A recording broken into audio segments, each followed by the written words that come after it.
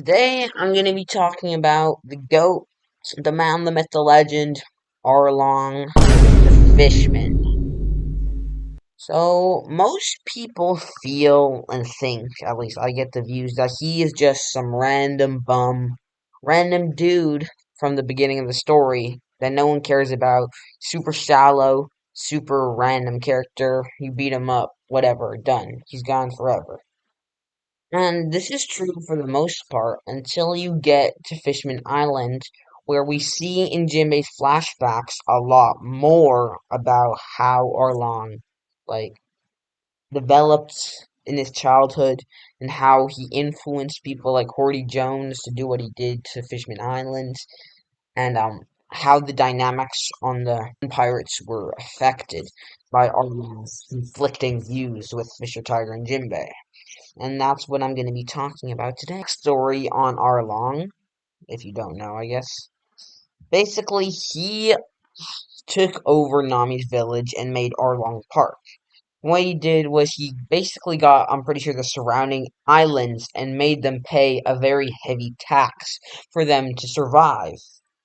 And he did this to just make money, to live a life of like having no worries, just drinking, whatever, chilling with the homies in Arlong Park, just goofing off, beating weak people up, is basically how he's introduced. And he is basically talked about as the final villain of the East Blue, the final big dog that Luffy and the boys, the brain damaged boys need to beat up before they go to the big bad grand line. But there's another level to his character that we can see when we see his defeat to Kizaru. It all started when Fisher Targer and the boys, the crew, they found Koala. Koala is the revolutionary girl, Sabo's I don't know, assistant, whatever, that one girl from Dressrosa. And so they found her as a child because she got lost or something. I kind of forgot, but whatever. So basically, Koala started off as super traumatized because I'm pretty sure she was a slave to the celestial dragons. So, the fishmen go through the motions and yo, we're not gonna hurt you. We're not evil like the celestial dragons. And then, throw their guns in the sea and all that to prove they're not evil.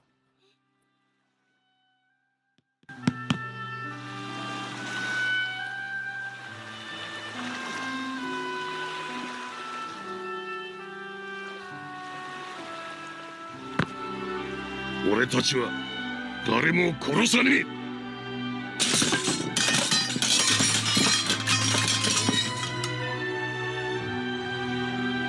行くぞお前ら。こいつは必ず故郷へ送り届ける。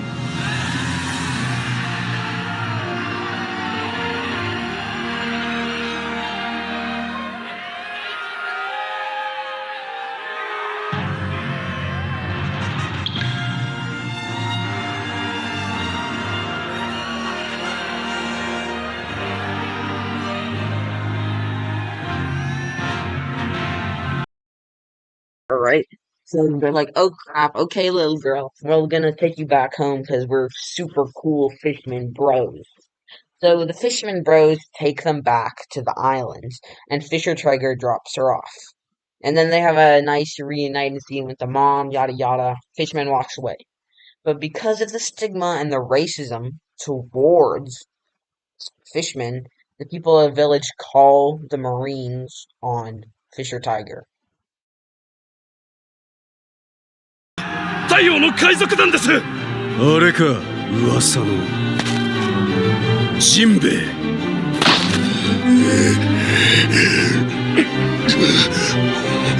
お前らすまん。貴様が黒幕か。全ては正義のため、太陽の海賊団殲滅のためだ。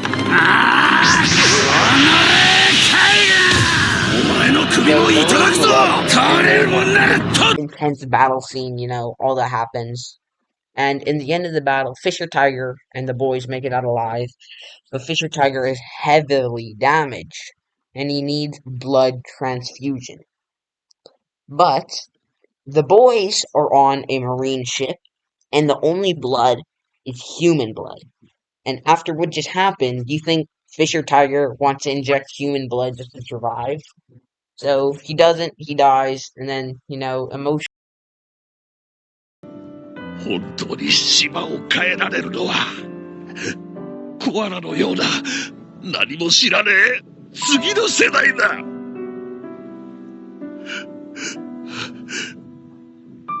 人間たちへの怒りを要素を解放してもらった全ての奴隷たちにとってあんたは一生の大恩人なんだ。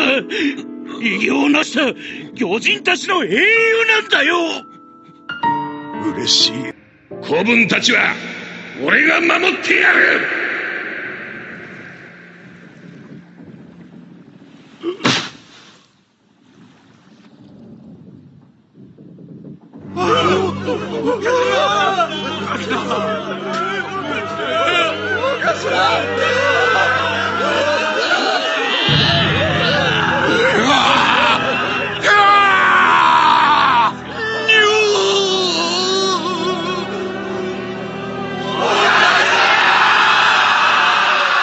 Happens, yada yada yada.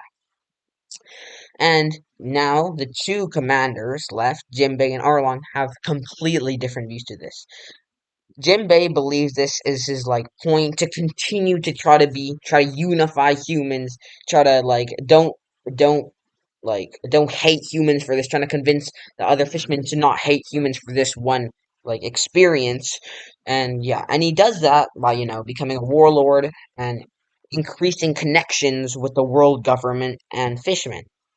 While Arlong, who is less immature and has goes lower into a IQ, complete rage and just you know what, I'm going God mode. He pulls back up onto the Marines to get his get back.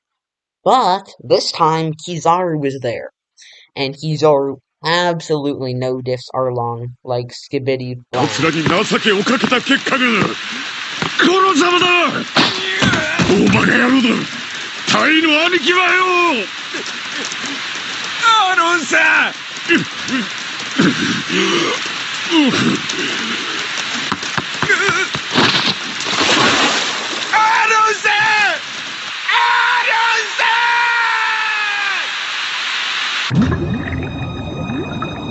俺は絶対に許さねえぞ。覚悟しろてめえら。貴様巨人の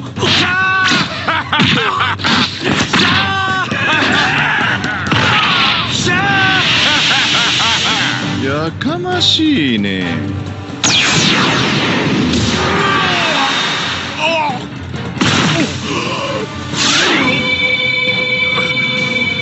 おめえがアーロンか。何しに来たんだ？のこのこと。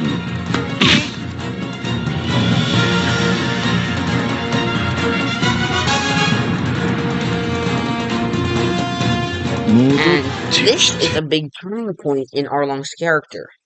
Because before this, Arlong had no fear for humans, and he always thought they were the fodder race, the dirty humans that were always trying to go down to Fisherman Island and steal fishermen and mermaids to sell them on for slaves as collection pieces to the celestial dragons and hard workers because of how strong they are.